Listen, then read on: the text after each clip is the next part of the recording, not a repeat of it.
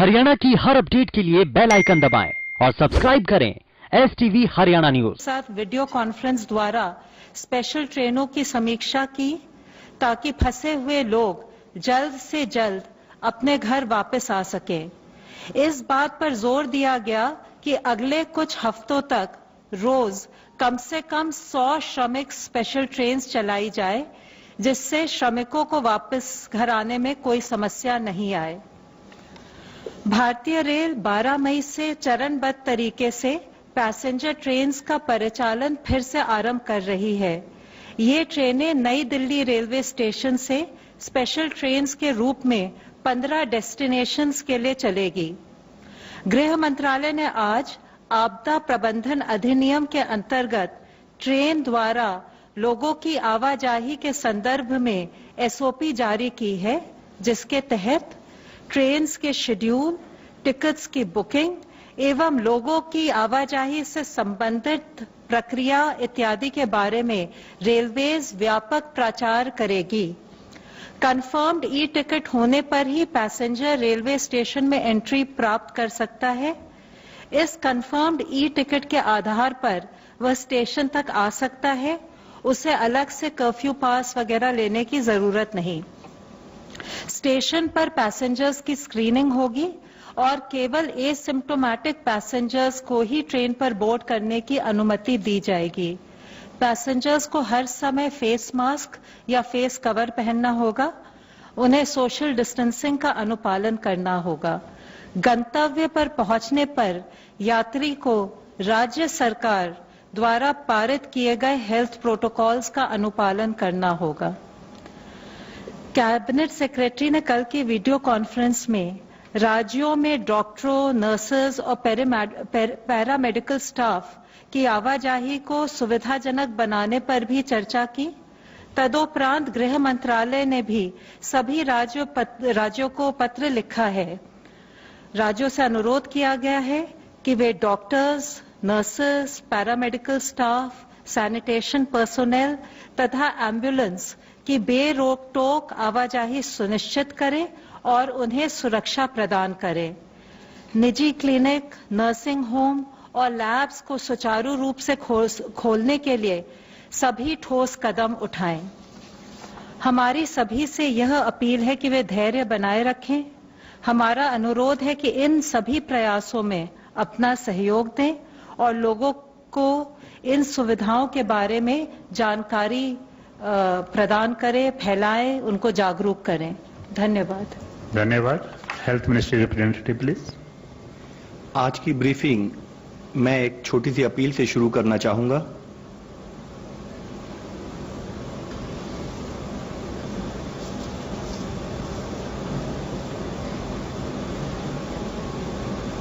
चलिए फिर से बच्चे बन जाते हैं। बच्चों और बचपन से हमें बहुत कुछ सीखना है।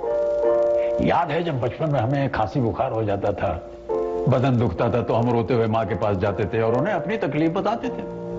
माँ कुछ घर की दवाई जैसे काढ़ा हो, हल्दी हो, उससे आराम देती थी। हमें जरूरत पड़ने पर डॉक्टर के पास ले जाती थी और कुछ दिनों बाद बच्चे बन जाते हम खेलने कूदने लग जाते। बच्चों और बचपन से आज कोरोना की दवाई में हमें फिर से यही है, जब बचपन में हमें खांसी बुखार अपनी तकलीफ को अपनों को बताता था तो हम रोते हुए माँ के पास जाते थे और उन्हें अपनी तकलीफ बताते थे। माँ कुछ घर की दवाई जैसे काढ़ा हो, हल्दी हो, उससे आराम देती थी। हमें जरूरत पड़ने पर डॉक्टर के पास ले जाती थी और कुछ दिनों बाद हम खेलने कूदने लग जाते थे। आज कोरोना की इस लड़ाई में हमें फिर से यही करना है, अपनी तकलीफ को अपनों को बताना है, राहत पाना है, इलाज कराना है, खेलना कूदना है, जीतना है। इसी में सबकी भलाई है। देखिए, बीमारी कोई कलंक नहीं होता है।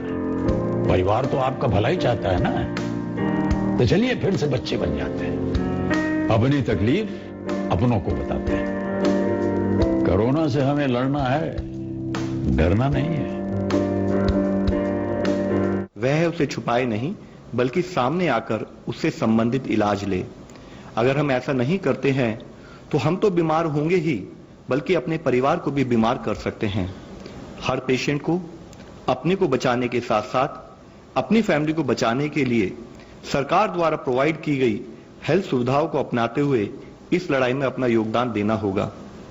देश में अब तक 20,917 लोग कोविड-19 से क्योर हो चुके हैं और 44,029 केसेस एक्टिव मेडिकल सुपरविजन में हैं।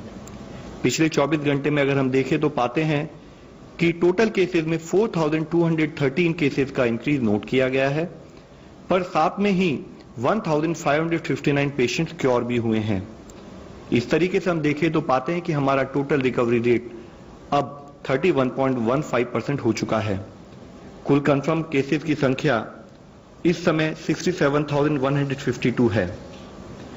स्वास्थ्य मंत्रालय ने 8 मई को कंफर्म कोविड-19 पेशेंट्स के लिए एक रिवाइज्ड डिस्चार्ज पॉलिसी भी जारी की है।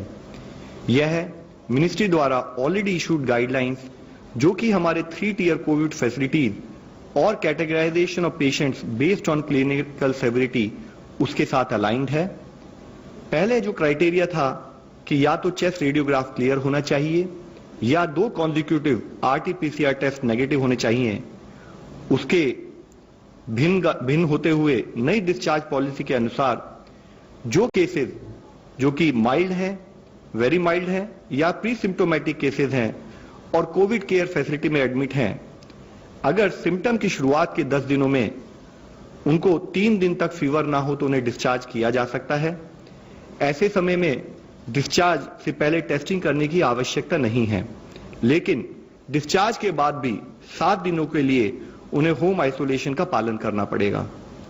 इसके साथ ही जो केसेस मॉडरेट हैं और डेडिकेटेड कोविड हेल्थ सेंटर में एडमिटेड हैं, उनमें से जो पेशेंट 3 दिनों में रिजॉल्व हो जाते हैं जिनके सिम्टम, और जो बिना ऑक्सीजन सपोर्ट के रहते हैं, यानी कि जिनका ऑक्सीजन सैचुरेशन अबव 95% है, ऐसे पेशेंट्स को सिम्टम्स के 10 दिनों के बाद डिस्चार्ज किया जाएगा यदि वह पेशेंट, उनको कोई फीवर ना हो विदाउट एंटीपायरेटिक, उनको कोई ब्रेथलेसनेस के सिम्टम ना हो और उनको ऑक्सीजन की रिक्वायर्ड ना हो।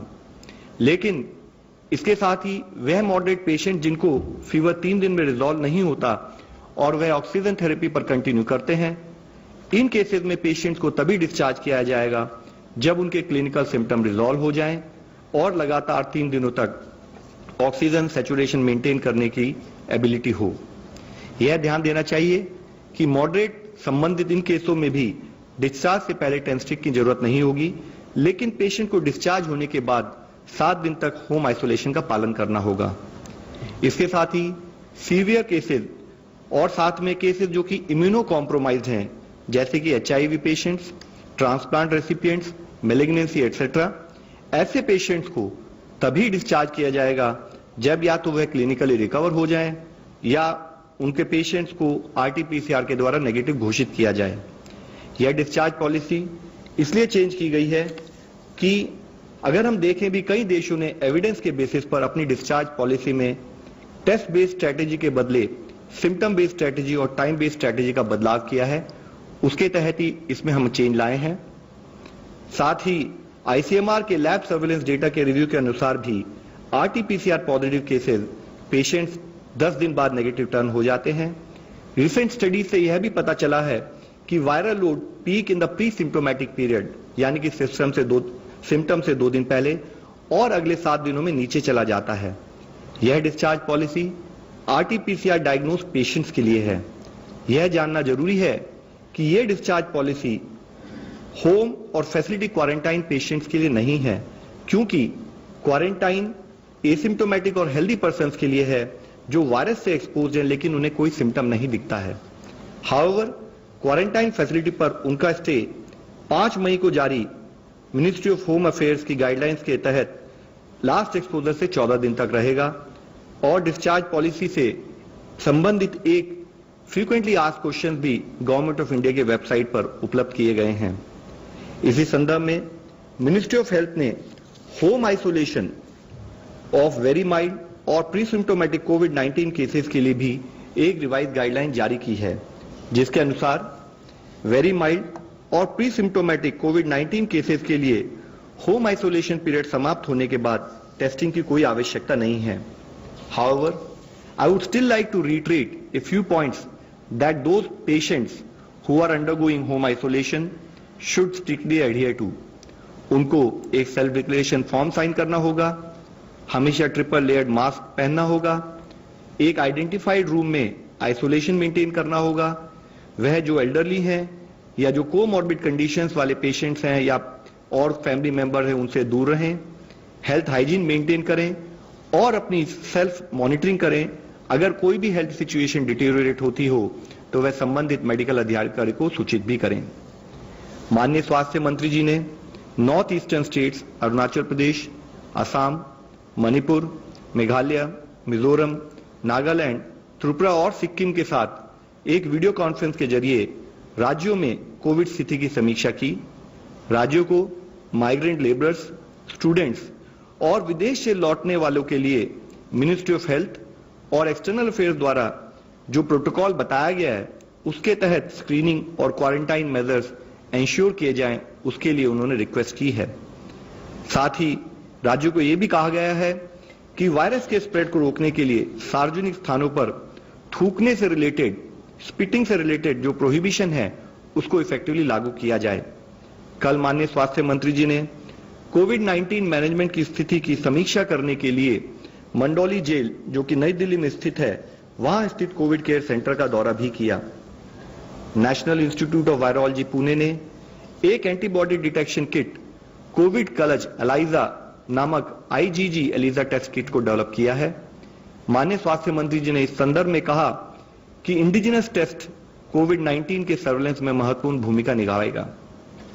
इसी के साथ ही भारतीय नौसेना द्वारा डिजाइन किए गए पर्सनल प्रोटेक्शन किट को भी इनमास यानी कि इंस्टीट्यूट ऑफ न्यूक्लियर मेडिसिन और अलाइड साइंसेज द्वारा हाईएस्ट टेस्टिंग स्टैंडर्ड्स के साथ सर्टिफाई किया गया है। डिपार्टमेंट ऑफ बायोटेक्नोलॉजी और biotechnology industry research assistance council ने वैक्सीन, डायग्नोस्टिक्स, थेरेप्यूटिक्स और अदर टेक्नोलॉजी से संबंधित 70 प्रपोजल को भी शॉर्टलिस्ट करके फंडिंग के लिए सेलेक्ट किया है।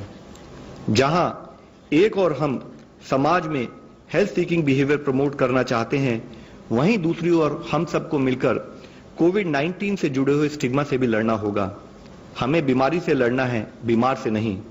इसी संदर्भ में माईगॉव द्वारा बनाया गया एक और वीडियो भी मैं आप सबके सामने प्रस्तुत करना चाहूंगा। धन्यवाद।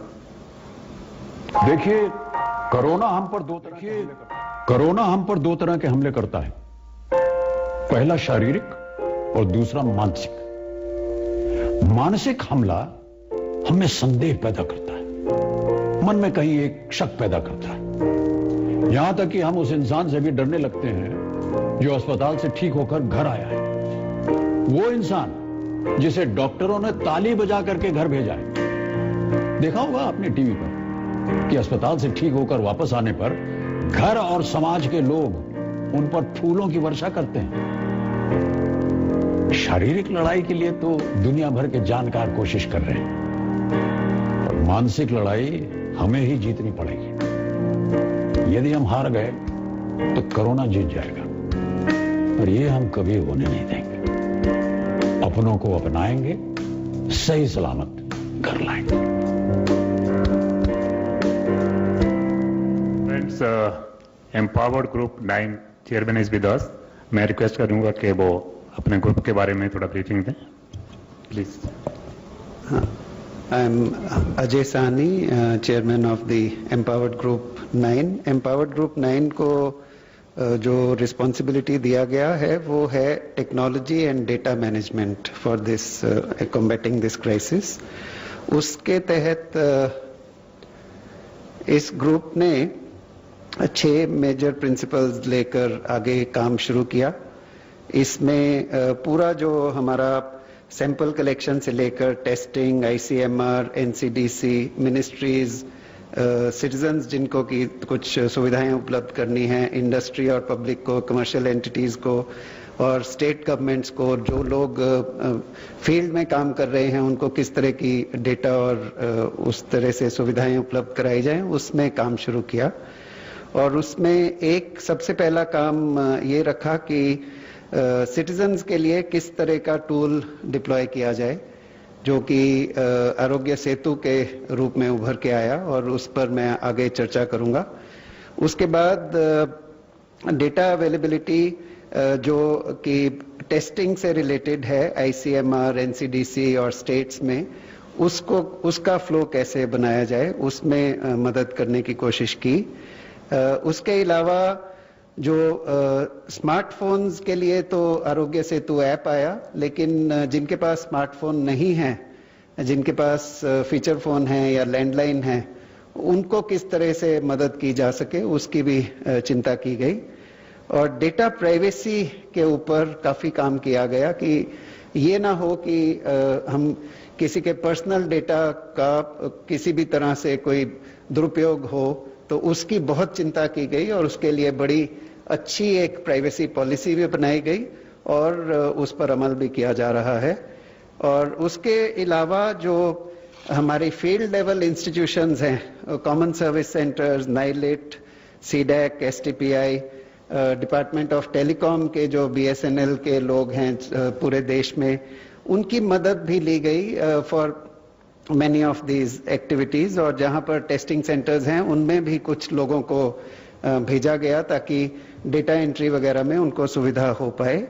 और फाइनली जो इंडस्ट्री से और पब्लिक से, सिटीजन से बहुत सारे सुझाव आए, बहुत सारे सॉल्यूशंस लोगों ने सजेस्ट किए, उनको भी ठीक जहां हम उसको उस पर अमल कर सकते हैं या उसका इस्तेमाल कर सकते हैं वो हमने किया, और जहां वो किसी और ग्रुप के लिए यूजफुल है तो उनको, उस ग्रुप को हमने इस तरह की सॉल्यूशंस और सजेशंस भेजे।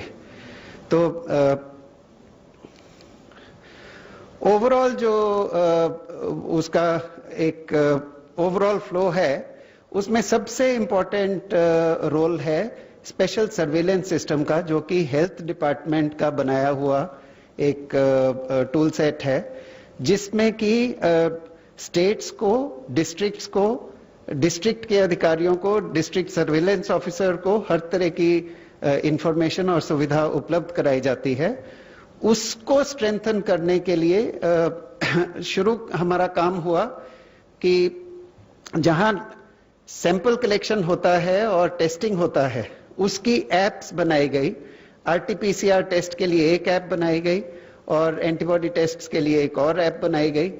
उससे आईसीएमआर के लैब पोर्टल्स तक डेटा पहुंचे। लैब में जब टेस्टिंग हो जाए तो उसके बाद वो पूरा हेल्थ सिस्टम्स के लिए एनआईसी में और जो हेल्थ मिनिस्ट्री के सिस्टम्स में आए वैसा डेटा, और उसको सपोर्ट करने के लिए आरोग्य सेतु जो लोगों ने अपने अपने मोबाइल्स पे डाउनलोड किया, उस पर कुछ लोग सेल्फ असेसमेंट करते हैं, कुछ लोगों का ब्लूटूथ कॉन्टैक्ट ट्रेसिंग होता है, तो वो वाला डेटा भी इसमें मिल जाए। और एनडीएमए से कुछ डेटा और फिर आईआईटी मद्रास की मदद से कुछ जो एनालिटिक्स होता है, वो डेटा को सबको कंबाइन करके उस पर किस किस तरह के एक्शन लिए जा सकते हैं। This is the main stay, this is the broad picture of how we are organising our data flows. इसमें आरोग्य सेतु का सबसे ज्यादा महत्व है। इसमें जो भारत की लड़ाई है कोविड-19 से, उसमें आरोग्य सेतु ने बहुत बड़ा योगदान दिया है और आगे भी चलकर देगा।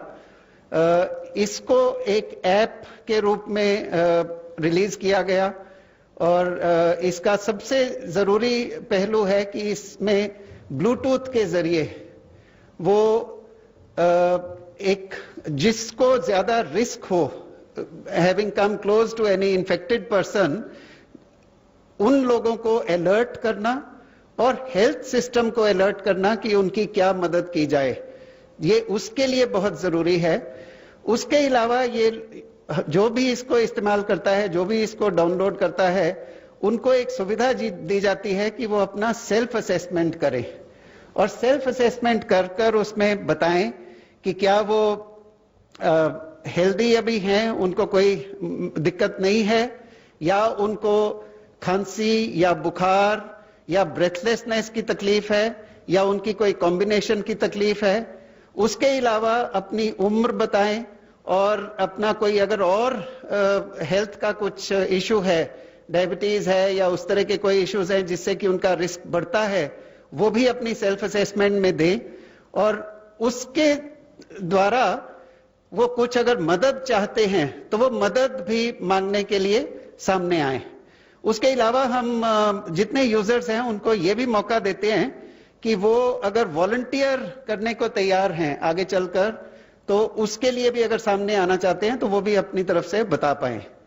तो इसमें प्राइवेसी फर्स्ट डिजाइन इसमें रखा गया कि प्राइवेसी को ध्यान में रखकर ये ऐप बनाया गया। और इसके अलावा हर तरह की जो ऑथेंटिक इंफॉर्मेशन है वो सभी तक पहुंचे, उसके लिए भी हम इस ऐप का उपयोग करते हैं। और ये शुरू में ही 11 लैंग्वेजेस में भारत में रिलीज किया गया और अब इसमें एक 12वीं लैंग्वेज भी, असमीज लैंग्वेज में भी इसको ऐड किया गया है। और इसमें एक बात अभी तक जो ऑलमोस्ट जो दुनिया में रिकॉर्ड बना वो था जब 5 करोड़ यूजर्स इसमें आए, और उस वक्त ये दुनिया का सबसे तेजी से 5 करोड़ यूजर्स तक पहुंचने वाला ऐप बना। अब इसमें 9.8 करोड़ लोग इसमें ऑलरेडी आ चुके हैं और कुछ ही देर में ये शायद 10 करोड़ यूजर्स तक भी पहुंचेगा। और इस ऐप को पहले शुरू किया गया एंड्रॉयड सिस्टम और एप्पल में iOS सिस्टम के ऊपर, और अब इसको जो जियो के जो फोन हैं जो कि फीचर फोन जाने जाते हैं, स्मार्ट फीचर फोन्स, उस पर एक अलग ऑपरेटिंग सिस्टम होता है, उस पर भी ये ऐप तैयार कर लिया गया है और शायद कल से ये उन फोन्स पर भी उपलब्ध हो जाएगा। इसमें एक बड़ा अहम पहलू है कि जो हालांकि इसमें 13,000 से कम यूजर्स ऐसे हैं जिनको कि कोविड पॉजिटिव पाया गया, जो आरोग्य सेतु के यूजर्स हैं, लेकिन उनकी इंफॉर्मेशन के जरिए अभी तक करीबन 1,40,000 ऐसे और लोग हैं जो पिछले कुछ दिनों में ऐसे व्यक्ति के आसपास कहीं आए जहां की उनको संक्रमण का कुछ अंदेशा हो सकता है। तो ये वाला जो ब्लूटूथ कॉन्टैक्ट ट्रेसिंग हुआ, इससे जिस व्यक्ति को थोड़ा सा भी अगर उनको रिस्क है तो उनको सबसे पहले इत्तला किया जाता है कि आप अपना ध्यान रखें। उसमें 3 तरह के रिस्क लेवल्स को दर्शाया जाता है और उसमें डिफरेंट रिस्क लेवल जो होता है उसके मुताबिक उनको इंस्ट्रक्शंस भी दिए जाते हैं कि अगर इस तरह का रिस्क लेवल हो तो क्या करें। बट सबसे जरूरी बात यह है, इस बीमारी में सबसे जरूरी बात यह है कि आप, हो सकता है कि आपको ये बीमारी हो और अनजाने में ही आप शायद किसी और में भी फैला दें।